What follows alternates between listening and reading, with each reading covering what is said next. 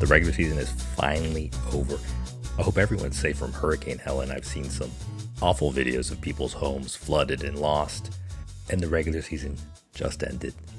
The New York Mets, the Atlanta Braves, had the entire matinee.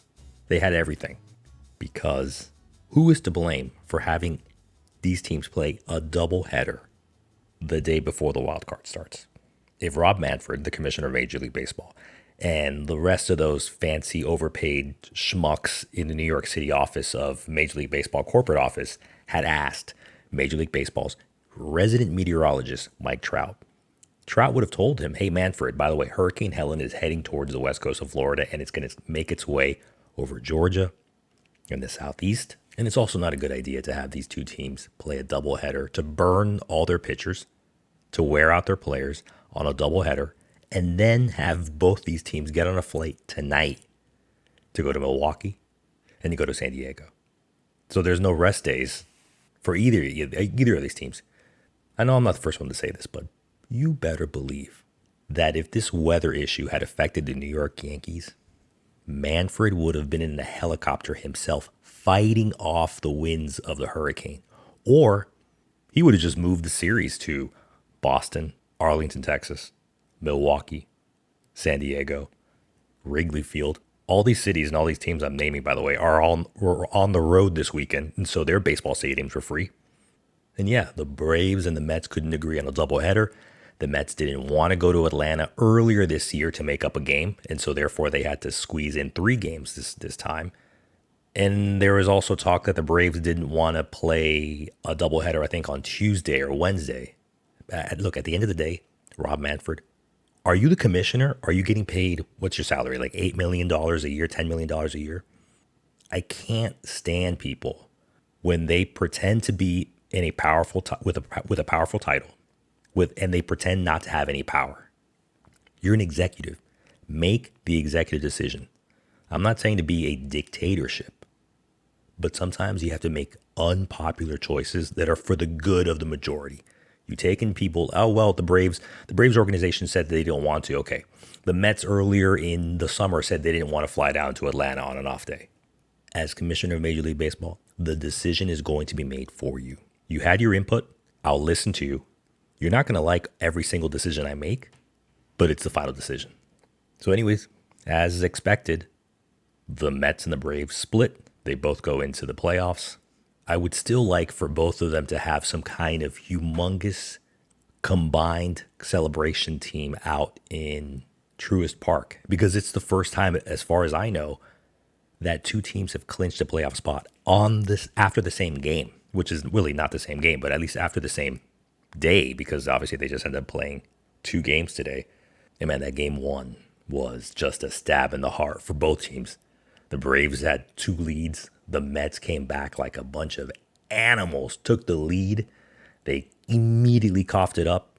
And then Lindor, like a boss, with 2 outs away from a devastating loss. Another loss, not for him, but for the New York Mets franchise as a whole in Atlanta. Boom, he hits basically the game-winning home run. Amazing. And game 2 was just very boring. Obviously, the Mets, they're like, we're done. We're going to try to win, but they're like, if we lose, so what? And the fact that it's a doubleheader on a Monday, I thought the stadium was pretty full. I don't think it was a sellout, but it looked like it was about 3/4 of the way full. And I did see Grimace, the unofficial mascot of the New York Mets, in the stadium. Because what's the whole deal with Grimace? That ever since he threw out the first pitch at Citi Field back, I think in June, the Mets have had one of the best records in all of Major League Baseball. Because up until Grimace threw the first pitch, the Mets were not good. Like, they weren't headed to the playoffs. And speaking of Citi Field, I want to ask you, what games have you attended this season? Of course, there's still playoff game, but the playoff tickets are so much more expensive, and they're not playing baseball everywhere. At Citi Field, did you know they have a happy hour before the game? Nice. I think the happy hour it's actually really good. I think it's like $4 or $5. I haven't tried it out yet, but I've gotten emails about that. At the stadium, $3 or $4 beers before first pitch. And you know what? It's easy to get to. Take the 7 train. In 5 minutes, you're in the security line. The security line goes by pretty fast. The food options are, I think, good, even though people are complaining that the food options have gotten worse. But I think it's just gotten so expensive, the food. I don't eat there. But at the end of the day, what product do you watch at Citi Field? I mean, really, the Mets have been a revelation this year. Everyone was like, oh my goodness, if the Mets don't make the playoffs this year. But you know what? The Mets weren't expected to do anything this year and probably nothing next year. Do you remember last year? At the end of the 2023 season, they fired Buck Showalter. Their general manager, Billy Epler, resigned. They traded Max Scherzer. They traded Mark Canha. They traded Justin Verlander. They traded Tommy Pham. And they didn't offer a contract extension to first baseman Pete Alonso. And that 2023 team finished 75-87. Look where we are now. The New York Mets, in probably about an hour, are going to get on a plane to fly up to Milwaukee for game one of the 2024 Wild Card Series, the playoffs. If they had won or lost, this is a win for the organization. Everyone was complaining last year at the end. It was like, well, they're just going to punt on 2024 and probably 2025. Really, congratulations to Uncle Steve and all of his front office personnel, the players. They're players like Vientos. The catcher whose name I forget right now is the stocky short dude. He hits clutch home runs. I've been really impressed by the New York Mets this year. Where else have you gone to see baseball games? Nationals Park. Easy to get to. You get off on the green line, and it's a 2-minute walk when you get outside the green line to the stadium. And what I love about Nationals Park is it's embedded in the neighborhood. And not only that, it's not like far away, where like Citi Field is like really not part of a neighborhood. It's just like out there. It's just like one giant parking lot. But the Nationals Park is like part of the fabric of that neighborhood. And right outside of the stadium, there are half a dozen places to go have a food or drink before the game, or even after the game. But after the game is kind of late. And what's the product on the field at Nationals Park? The Nationals have good, exciting players. C.J. Abrams, James Wood, Mackenzie Gore, and Patrick Corbin is finally gone. The man who stole like $100 million from who owns the Nationals, the Lerners, I think. They still own the Nationals, but they're the next team that's going to get sold because the old man is gonna, the gentleman's gonna pass away because he's very old. Where else have you seen games this year? Lone Depot Park. It's not as easy to get to. You can take the 7 bus or take a taxi, share a Lyft ride, whatever you want to call it, or you can drive and pay crazy money to park. But I like that it's a roof stadium, which I always pound the table. Baseball stadium should be covered. Because if Truist Park had a roof, this fiasco of a doubleheader the day before the wild card series starts wouldn't have happened, because they would have normally played the Wednesday-Thursday game between the Mets and the Braves. But at Lone Depot Park, when they decide to open the roof, it's beautiful. I love it. And so what's the product on the field at Lone Depot Park? Well, the Marlins have been, I'm telling you, I've seen the Marlins a handful of times on TV and in person. They're sneaky competitive. I mean, I can't stand the front office. Obviously, I can't stand the owner, Bruce Sherman. What about you? If any part of a stadium, whether it's the getting to, the logistics of getting to the stadium, the food, the beer, or the product, meaning the team, has stood out to you, send me a DM through Instagram, through Twitter, what have you. I'd love to find out what your experiences have been at the baseball park this past season. And speaking of owners that I don't like, the Oakland Athletics. What an absolute mess. Unfortunately, John Fisher will not sell the team until the end of this decade, if he sells it. Because the terrible executive, the air quotes, man who's actually an executive, but he has zero power, or at least he pretends that he has zero power, Rob Manfred decided to waive the $300 million relocation fee. Apparently, Major League Baseball has a rule where if you as an owner are leaving your city, you have to pay the other owners. But you have to pay for the right to leave. And you have to pony up $300 million. And I don't think that's so much of a money grab as more of a, look, you really have to be certain that if you go to a new market, you're going to make money, because you're immediately out $300 million in the hole. Rob Manfred, man, what a bad executive. And especially, this is surprising to me, him with his supposedly legal mind, the mind of a lawyer. Most case law is based on precedent. Here in the U.S. With common law, Rob Manfred decides to say, "Hey, John Fisher, I like you. I love wearing Banana Republic. I love wearing Gap. I love wearing whatever the heck else John Fisher's family owns because they own the Gap, Banana Republic, Old Navy, etc." The next owner that wants to move his team is going to point to the case of John Fisher and say, "Hey, Manfred, you can't charge me $300 million. You didn't charge John Fisher $300 million. I'm not paying back to the other owners $300 million." And you know whose eyes lit up when Rob Manfred came down with that stupid decision? Jerry Reinsdorf, the owner of the Chicago White Sox.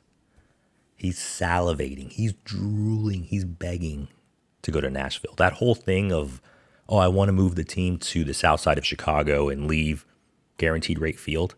And I don't know if you had heard about this, but about a month or two ago, they invited politicians, they invited certain people to this undeveloped area in the south side of Chicago, saying, this is where the stadium would be. This is where the parking would be. This is where the outdoor entertainment would be, bars and restaurant. And they even put down a home plate. Like, look, you can stand where home plate is going to be when we build this new stadium in the south side of Chicago. Jerry Reinsdorf is just doing that to blow smoke up Chicago's butt. Jerry Reinsdorf wants to move the team to Nashville.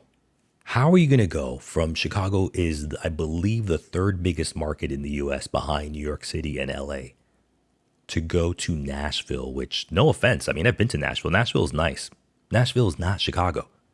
I don't know if Nashville's going to be selling out 35,000, 40,000 seats every night for a product as garbage as what Jerry Reinsdorf rolls out for the Chicago White Sox.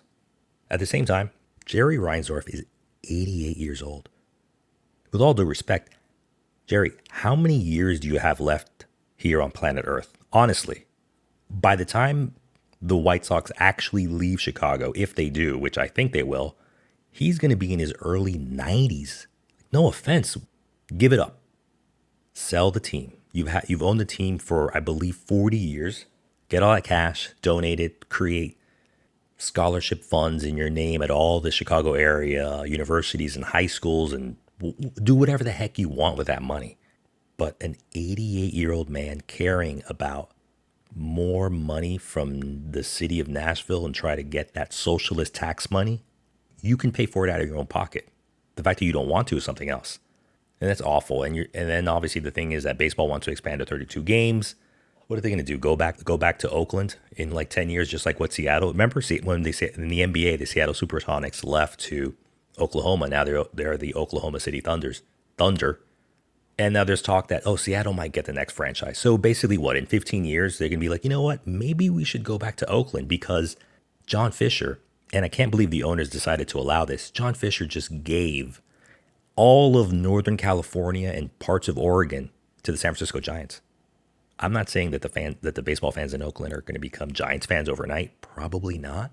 But they're young kids that are going to be born in the next few years who are going to grow up and they're like, well, I like baseball. And the only team within 500 miles from here are the San Francisco Giants.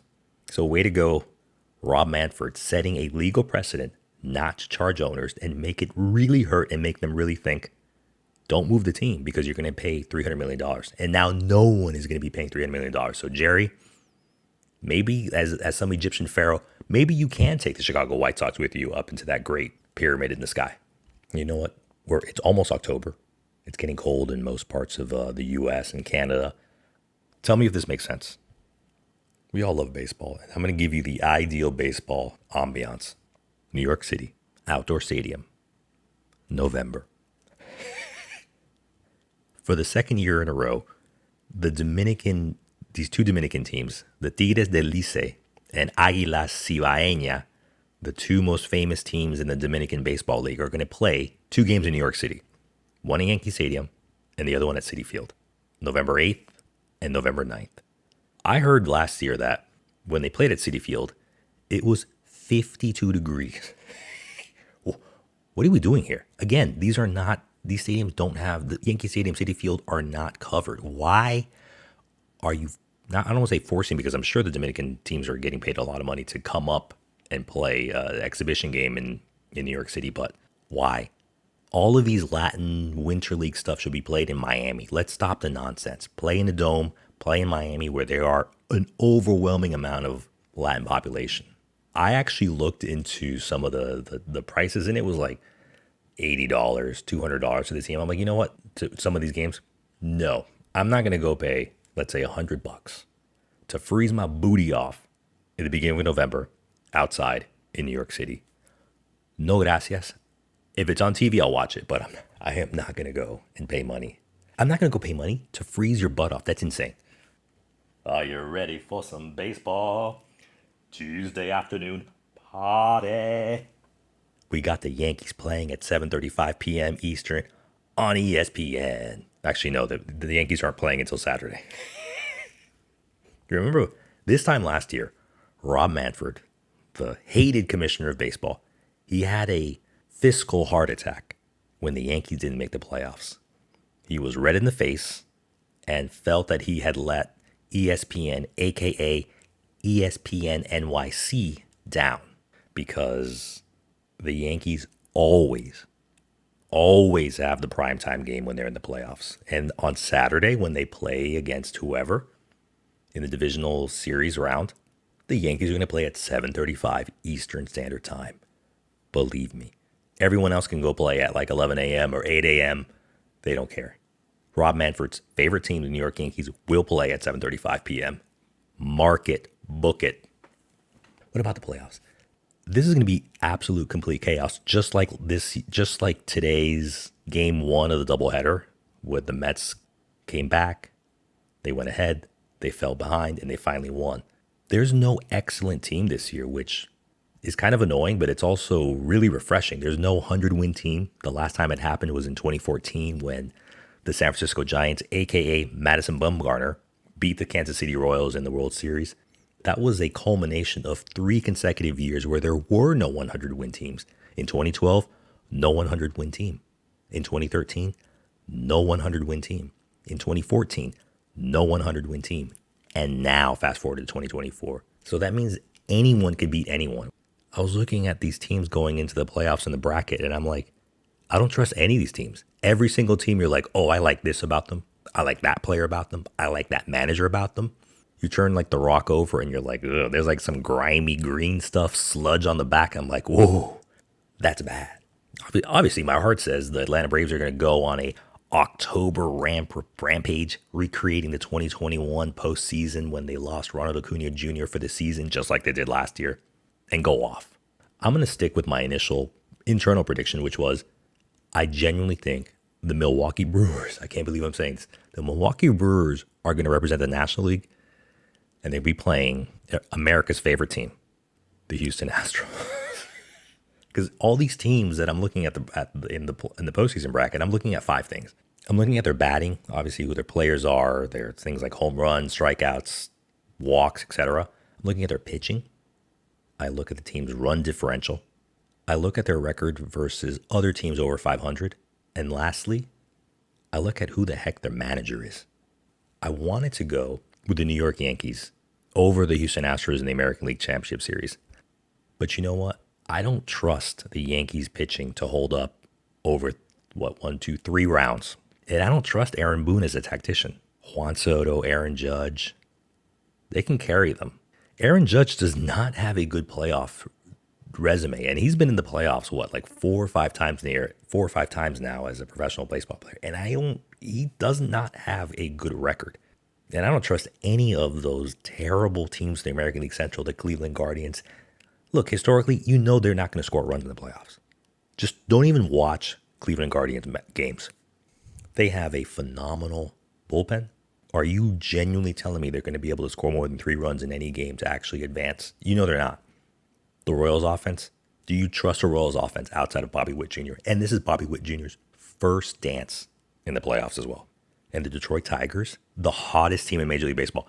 Dude, they have by far the fewest runs of all playoff teams. The American League Central offenses are so bad. And they're actually even worse than when you just look at the numbers. Because all of these sons of guns played in the same division as the Chicago White Sox. And so if you play with historically the worst team of all time and you still can't score runs, you aren't winning the World Series. You're not even going to win the pennant. Look, are the Yankees going to be able to slug their way to the World Series? Maybe, but I really don't think so. Well, overall, the Orioles have been terrible on offense outside of like their first two starting pitchers, and their bullpen is a mess. I would love to pick the Baltimore Orioles to go because last year there was the first time on the big stage. They got humbled by the Rangers. They got punched in the throat. But now they have some experience. Maybe that'll change. And they get again to play at home. I mean, overall, I just think the National League they have a deeper and stronger field than the American League.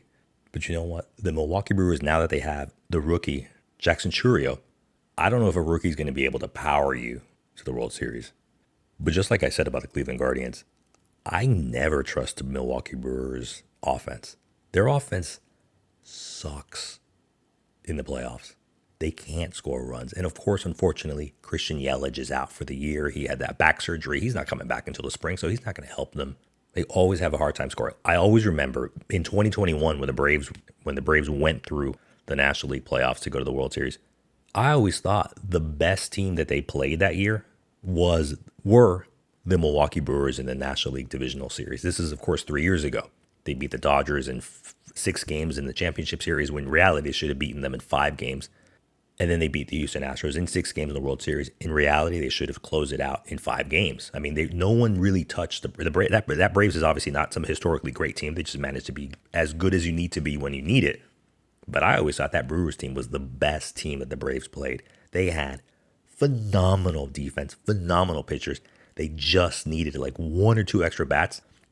And that Brewers team would have won the World Series. That's how good they were. And they continue to be good. They continue to be phenomenal pitchers. But man, that's the historical part. I don't trust the Milwaukee Brewers to score enough runs. And the Dodgers, yeah, you have Shohei Ohtani, the greatest player of all time. You have Freddie Freeman. You have Mookie Betts. And you have a pitching staff that is paper thin. The Dodgers are losing in the divisional series, without a doubt. Whoever they're playing either the San Diego Padres or they're playing the Atlanta Braves. There is no way that starting pitching staff gets the Dodgers through 1 or 2 rounds. It's almost incomprehensible. They're going to have be like the second coming of Sandy Koufax and prime Fernando Valenzuela. There's no way that starting pitching is going to work in the playoffs. God bless them. And you know what? I don't trust the Phillies either. This year, they finally aren't going to the wild card round. I've seen the Phillies in person a few years, and for me, their whole team seems boom or bust. Again, small sample size. I've never seen them play a competitive game. It was always they really handle the team or they get handled. I never saw them play a close game. Again, they played 162 games. I didn't watch 162 games. I may have watched them in person like 6 times and obviously some games on TV. But anyone can win. That's the great thing about October. I'm joining the players, especially obviously the Atlanta Braves, with the champagne, the sparkling wine. That's what I've been drinking before, during, and obviously I'm going to continue drinking afterwards.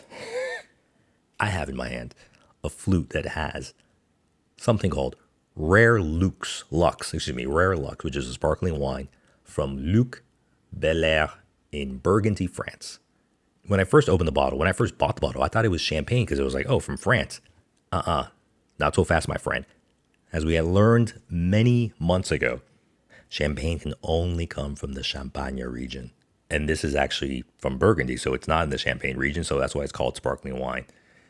And I realized I liked it because it's not as sweet. I'm really not so much a fan of champagne. Love cava, love Prosecco. But this sparkling wine is nice because I don't like sweet champagne, and champagne is sweet. Anyways, it's celebration time again in baseball. Clinching with domestic beer, clinching with domestic sparkling wine from California. That's what everyone's spraying on themselves, or have sprayed on themselves, and they will by the end of the week when not everyone, but when your teams move on to the divisional round. Besides champagne, I did see Bobby Witt Jr., the star shortstop of the Kansas City Royals. He was walking around the clubhouse Saturday night in Atlanta with a cigar in his mouth, and I'm like, that's good. You probably won't be able to light it because it's probably doused in I would say sugar, in beer and wine or whatever the heck you guys are spraying on each other. There's one man in baseball there's at least one man in baseball who's going to be cheering for two teams in the playoffs. Gio Urshela, the third baseman for the Atlanta Braves. If you remember, like 6 weeks ago, the Tigers let him go as a courtesy. He's a veteran, and they were like, look, Gio, we're not going to the playoffs, and so we're going to cut you, and that way you can sign on with a contending team before the deadline, which I think is August 1st, was the last day that you can actually get picked up by a club and then be eligible for the postseason roster.